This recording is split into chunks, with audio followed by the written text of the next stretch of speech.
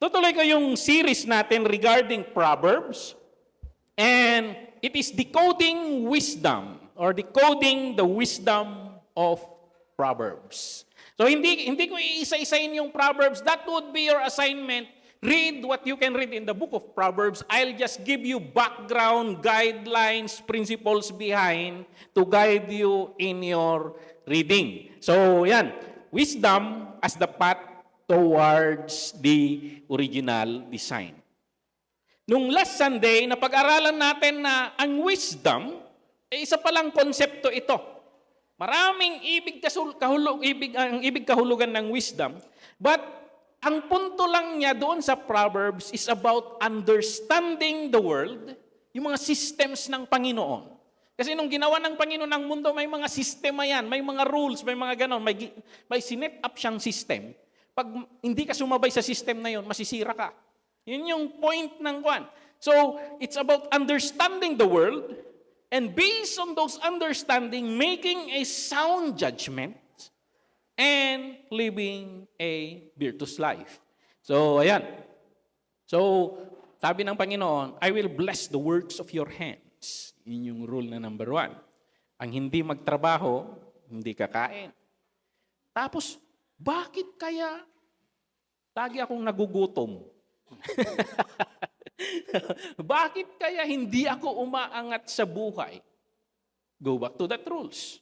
Kasi if you study all the financial literature, financial books, they will all come back to the rules of wealth. So, ayan. 6 days you will work, 7th day you rest, sabi. Naginanaka mo di buo nga makadomingo. So, think of this system. Kasi bagbagan ni Apo Diyos. And then, pinag-aralan rin natin the concept of shalom. Ito yung concept of shalom na natin, it conveys wholeness. Ito yung original design ng Panginoon. Gusto niya whole. Gusto niya talagang walang kakulangan. I came to bring life in its fullness. Completeness, harmony, well-being, flourishing, dapat abundant. Yun yung aim ng Panginoon. At ang sinasabi ng pinag-aaralan natin, wisdom is a path toward that. So yun yung daan daw patungo doon. Now, magpapatalastas tayo. May kwento tayo. Ano yung kwento natin dito? Isang araw daw, meron si Monkey King.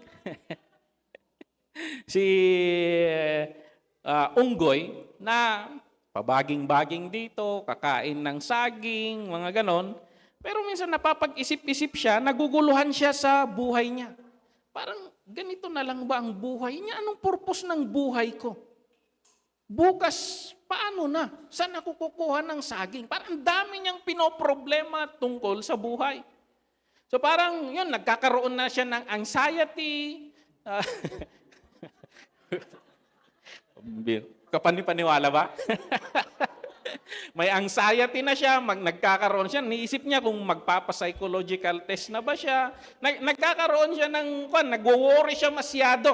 And minsan nagpapalpitate na rin, mga ganon. Ang dami niyang pinoproblema. Naisipan niyang pumunta kay Pagong. Kasi si Pagong, may na matalino ito. Napanood niya siguro yung Kung Fu Panda. Kita niya si Shifu. So, ayan. Napunta siya, nagpa-advise siya. Sinabi niya yung mga problema niya, iniisip niya masyado, paano nang kinabukasan ko? Kasya pa ba yung savings ko? Mga ganon. Nagtanim naman ako, inuna ko, itinanim ko yung Bakit hindi tumubo? Nauna pa yung tinanim niya yung ugat, wala namang dahon yun. Sabi. So, ayan, dami niyang pinoproblema. At sabi ni unggoy, sabi ni turtle, sabi niya, ang dami mo namang pinoproblema. Bakit hindi ka na lang magpakaunggoy? Bakit hindi ka pumunta maglambitin ka sa tuktok ng kahoy, tapos subukan mo, kumain ka lang ng saging. So, o nga no, sabi niya. Umakyat siya sa puno, tapos kumakain lang ng saging. Anyway, pag nauubos na to, addaman daridangan dito yan. Tapos, pag maluluom da ito, adda sa bunga na iti jay. Why worry, sabi. So, nagpapasalamat si Onggoy. Mula noon, wala na siyang anxiety, hindi na siya bumibisita sa kanyang psychologist, parang gano'n. So, ayan. Yan yung kwento ni Ma'am Ken. We will pray na. So, ayan. Minsan sa buhay natin, ganyan natang evolution natin. We were created in the image of God. And when we decided to define wisdom on our own, kasi kinain natin yung tree of knowledge of good and evil, gusto natin tayo yung mag-define ng talino natin. At mula noon, nagpakaunggoy na tayo. Nag-degrade, ang dami ng problema dito sa mundo. Pero dinesign ng Panginoon na everything all is well. All is well. So, yun yung design. And kailangan nating bumalik dito. Ito yung pinag-aaralan natin. Paano tayo makabalik doon? So, parang nagpakaunggoy tayo. So, mula sa pagiging unggoy, paano ulit magpakatao? At ito, evolution of a Christian, sabi ni Architect Chukid. Sabi niya, umpisahan nating hanapin ang Panginoon. Seek guidance, read the Word, tanggapin mo ang grace ng Panginoon. Pag na-realize mo yun, magpasalamat ka, you worship Him. Di ba ito yung sinasabi ng Proverbs? The fear of the Lord is the beginning of wisdom. Bababa ka, and then doon magsisimula yung pag-angat mo. That's yung point ng Proverbs. So makikita natin dito, mula sa pagiging unggoy, we are being transformed from glory to glory na sinasabi natin sa CWC until to the image of Christ.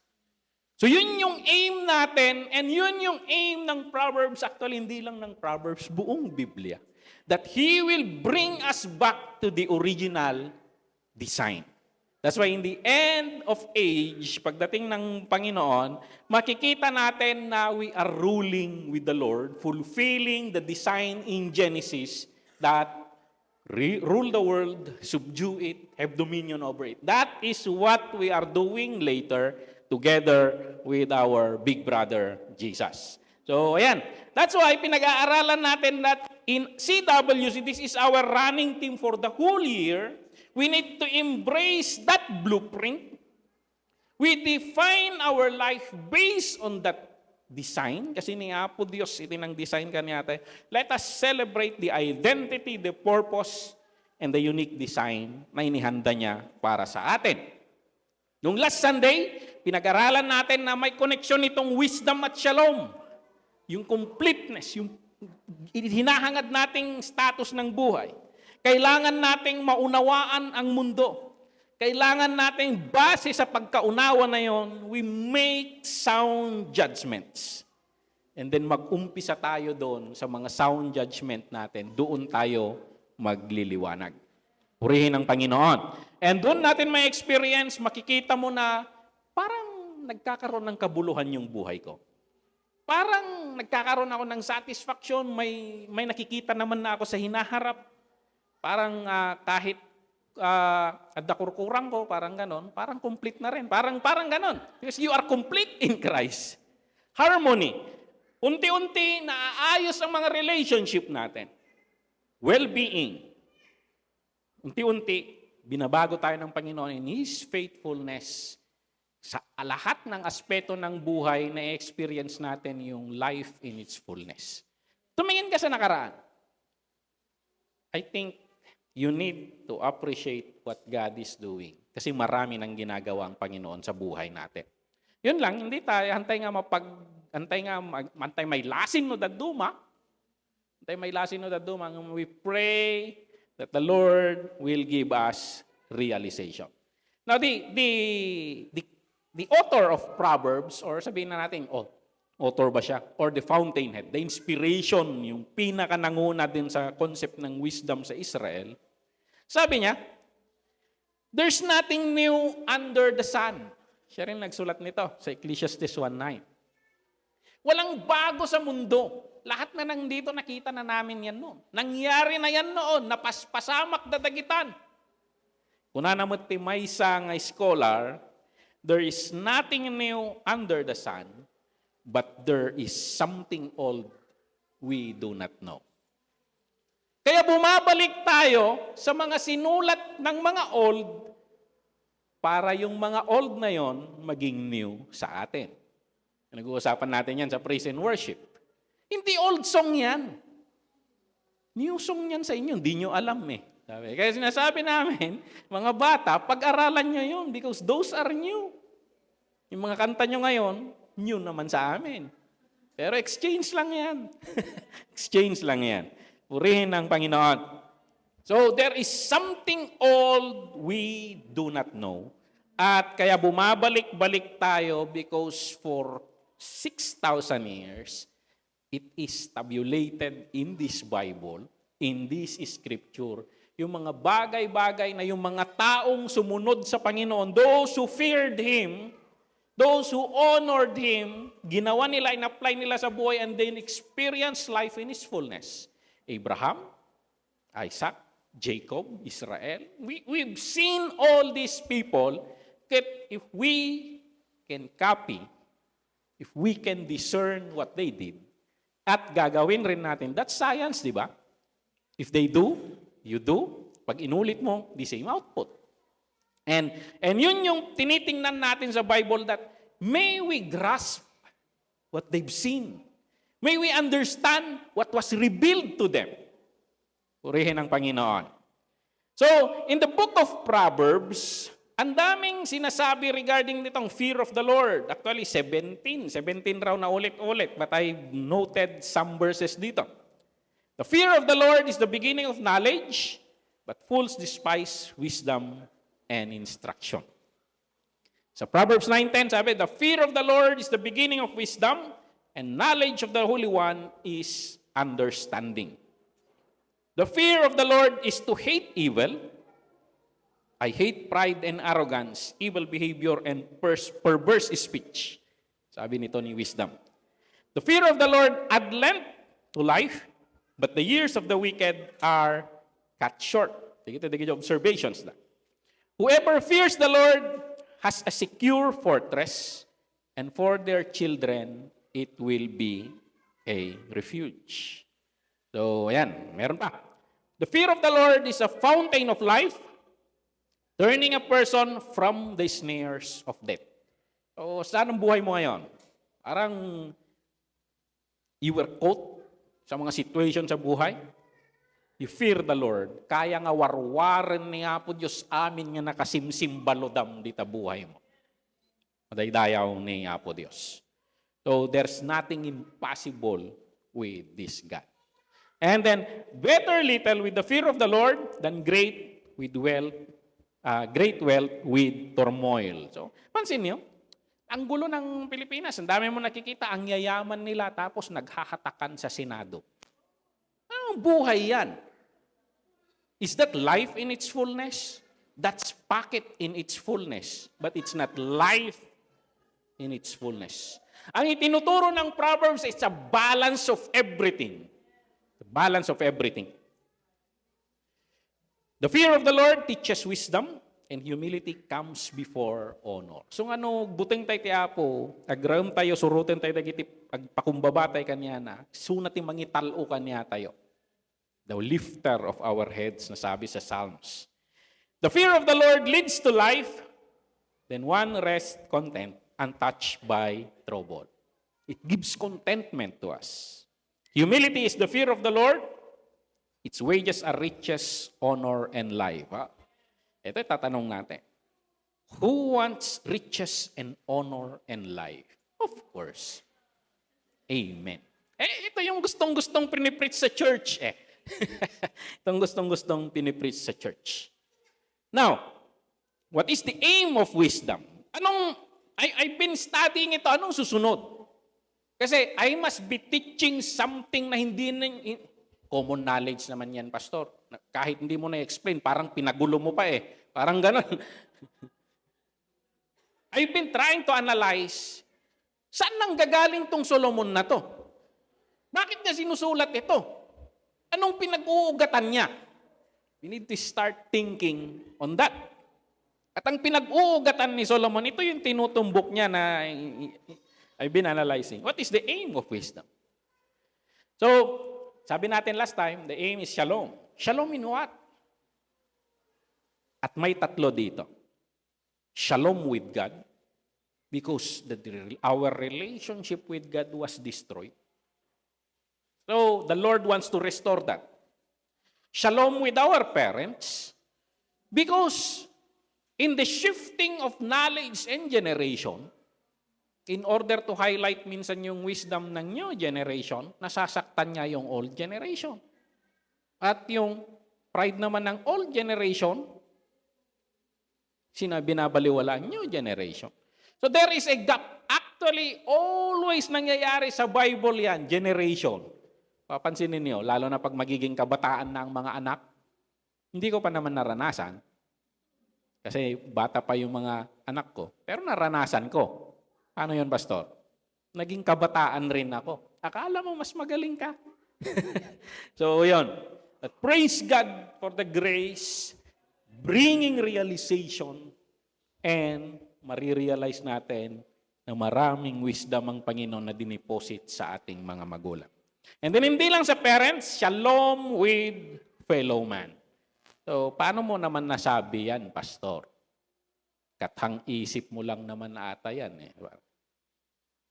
At pinag-aaralan ko, they all go back to the basic of everything. The basic of the laws of God. Shalom with God. Sa Exodus 20, binigay niya yung 10 Commandments. At yung shalom with God, paano natin maaayos ang ating relationship with God? You shall have no other gods before me. You shall not make for yourself an image in the form of anything in heaven above or on earth beneath or in the waters below. You shall not bow down to them or worship them. Wala naman akong ganyan. You did not carve an image. Pero sa cellphone mo, in-upload mo na yung crush mong Koreano. And even those are images. You skip the church just to go to his concert. Parang mga ganon. And parang ganon. Parang the concept is, akala natin very literal. Pero ang dami nating create na mga images natin. Na mas priority natin yun. We bow down to them, mga ganon. So, yan. Siyempre, kaya nating magdamag panoorin ang series. So, ayan. Dami ko rin pinapanood noon. Pero, jumong lang naman.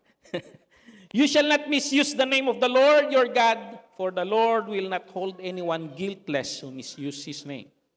We need to reflect on this. And ano yung application? Ang mga Israel to the point na wag mong bigkasin. Wag mong bigkasin. Yun yung one, to the point. Pag mapupunta na sila sa pangalan ng Panginoon, oops, that holy name, blessed is He. Kunadan to manayin. They revere that much, yung name ng Panginoon. Because you think of this, and ano yung application? Remember the Sabbath day by keeping it holy. What do we mean by this? 6 days you shall labor and do all your work, but the 7th day is Sabbath to the Lord your God. Kailan yung 7th day? Yun yung tanong natin eh. Sabi ng iba, Sabado. Sabi naman nila, Linggo. Ang point dito, actually, hindi niya nabasa yung ba dito? Papan makigimong. Actually, the laws of God is not for God. It is for us. Magpahinga ka naman. Ako nga nagpahinga eh. Yun yung sabi ng Panginoon. Because He program you na kapag wala kang pahinga, bababa na ang quality mo. Hindi na magandang pag-iisip mo. Marami ka nang nabubulyawan. Totoo po ba? Pero, kapag may pahinga ka, kasla pa nag-asang ako na ni Pastor Bene, wasay ka nga wasay, nagmodel mo tawasay mo. Apay na ipaigid mo niya may isang oras ta agasa ka. Yun yung point ng Panginoon. We need to be fresh. So, ayan. In this world na naghahabol lahat ang tao, it is chasing after the wind, sabi ni Solomon. Wala nang pahipahinga. But we need to find rest. We need to find rest. Maganda lang kasi na isabay na sa linggo. Kasi wala ka ng trabaho. So, ang point dito, dinuktrinahan di pa pastor kami, tapno mamanipulada kayo nga may makigimong. Siyempre, na doon nakigimong, doon nagupiring. Naramit na nga kasdyain. But we need to teach the scripture according to its point. It is for your own good that you rest. Yun yung point nito. Hangakin nun sinsyaan. It is for your own good. So, ayan. May apo Diyos to pa. In every time nga lipas si trabaho, evaluate na yung day na, it is good. It is good. Na Pastora Imelda, that's it. Sabi niya, I need to rest. This is my Sabbath. I need to stay with the Lord. I need to focus on bantayak ti salunat ko. I need to lengthen my life. So, ayan. So, praise God. Shalom with God. Kasi minsan, pag blanco ka, yun yung pagkakataon na nagkakaroon ka ng pagmumuni-muni at nakakaugnayan mo ang Diyos. Hindi mo masyadong makaugnayan ng Diyos pag ang dami mong iniisip. So, yun. Shalom with God. Bagaman takabay mo, shalom. Hallelujah. Musad na tayo. Shalom with parents. Padasin yung basahin niyo Proverbs. Saan nga padasin? Read it. Read it. These are the things na tinutukoy niya. Tinutukoy niya. Shalom with parents. Dito ko naman binase. Tuloy lang natin basahin sa Exodus 20. Honor your father and your mother so that you may live long in the land the Lord your God is giving you. Alam niyo yung mga una na, walang pangako lahat yan. Bakit siya nangako dito? This is a puzzle. Even si Paul, sinabi niya, eto lang ang may pangako. Ito lang ang may pangako. So, parang ang punto niya, violate ang mami na yun. Huwag lang dato eh. So, ayan. Siyempre, do not violate it. Pero, bakit may diin dito? Bakit may diin? Itong honoring your father, yung mga maraming concept ang mga Jews dito. In the understanding of the Jews, sabi, parents are life givers. They are like God. Ni Apo Diyos, pinarswana ni Adan kini Eva. Da Adan kini Eva, kung dagiti naganak tayo, pinarswana tayo ni Apo Diyos sa pamamagitan nila. So, yan. It reflects God's role as creator. Nuhaan mo nga maraem, day takasangsangom nga nakadakdakkel. Kasanom nga maraem, diyan mo makita. That's the logic. So, in us, young kids, young people, start thinking of that. Because the way you treat your parents, mahirap man kung mahirap. Kasi minsan magkakaiba tayo ng parents. Nakakatrauma minsan ang parents. Or you have a traumatic experience sa mga magulang ninyo.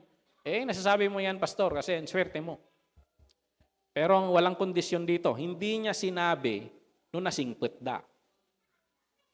We need to find way to honor them so that the Creator will bless us. So, yun. Titingnan natin yun.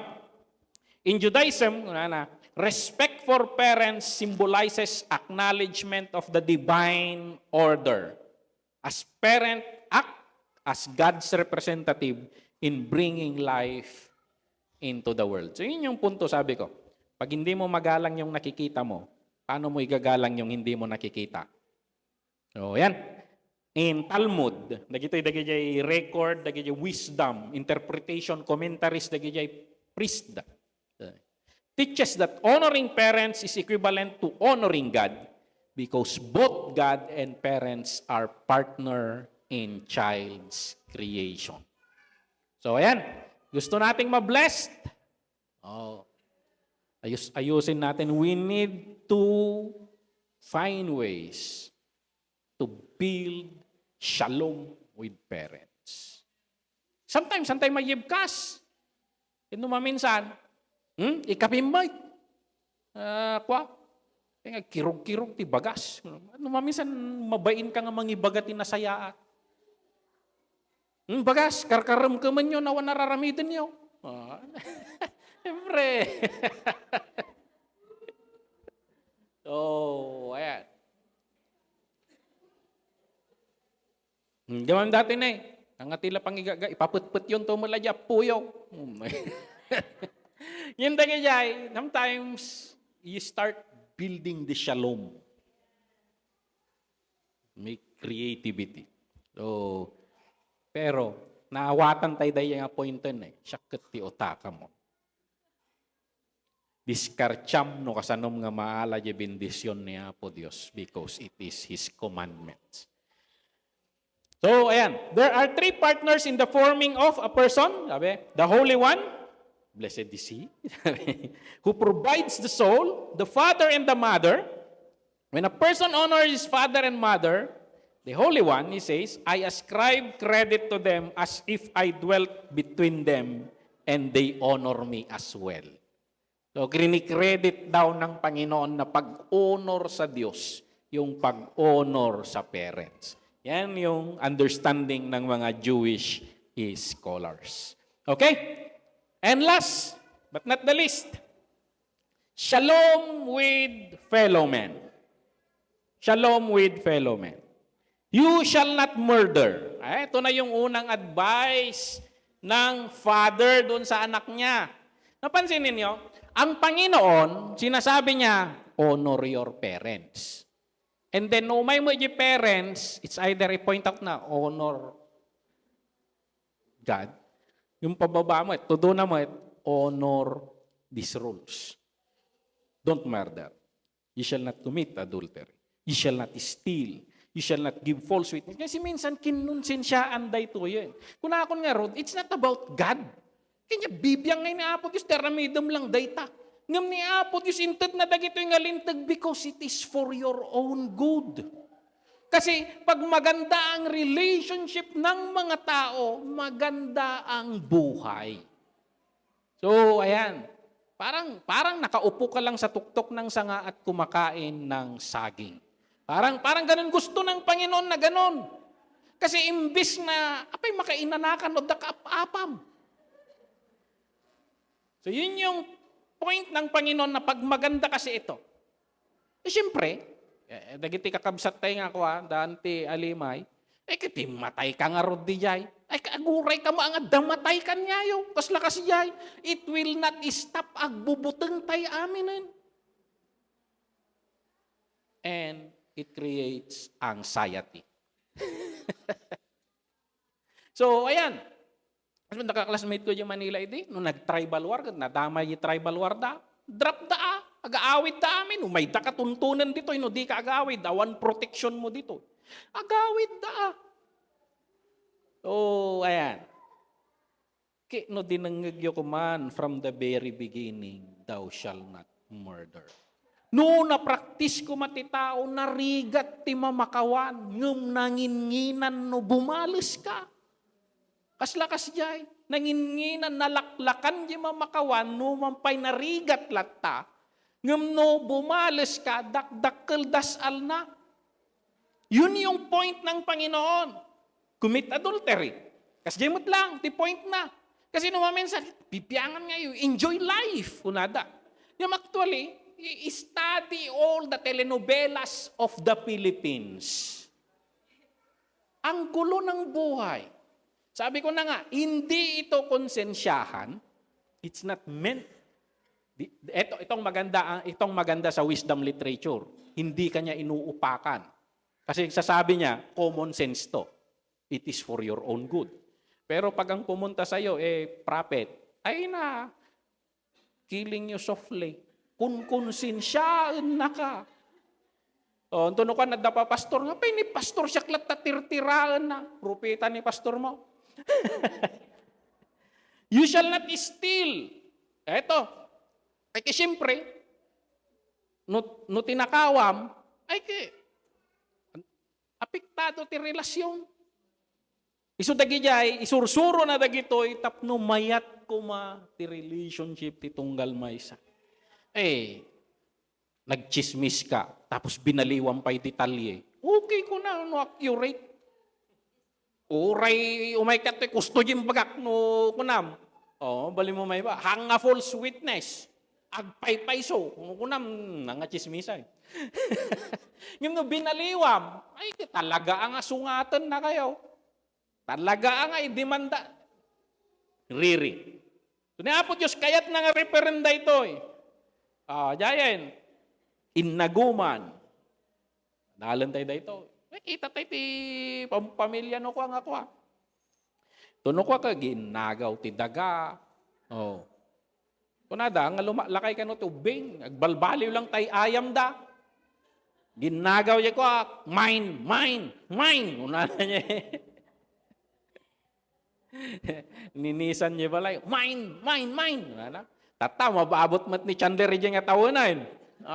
Kukwak data ko na oray saan. Tata ko na hangkano nga tumataeng ti lalaka, ti tao. Agbalbaliw lang tay ayam da. Daga, yung pag ininagawan dan. Lugan, tawid. Pero kaslada laubing. Kuna na diya So, ayan. Shalom with fellow men. If you study the Proverbs, it tries to fix these things. It gives you wisdom.